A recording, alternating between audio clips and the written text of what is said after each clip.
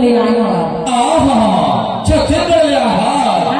अरे तो छत्तीसगढ़ ले आया तो बड़े करे हाथ, लेकिन यहाँ बड़े सोच समझ के रहेंगे वो।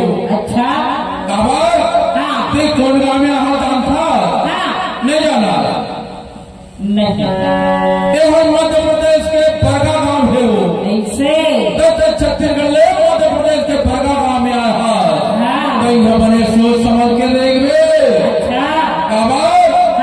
ये बरगा के और चौहानी देवी के तुरमन अबर दबंगे है वो, अबर दबंगे है वो, अबर दबंगे है वो। ऐसे और कहूँ तो अकेला में पा रही ना तो दिवाली के फोड़ा का समझ के तरह फोड़ दी वो।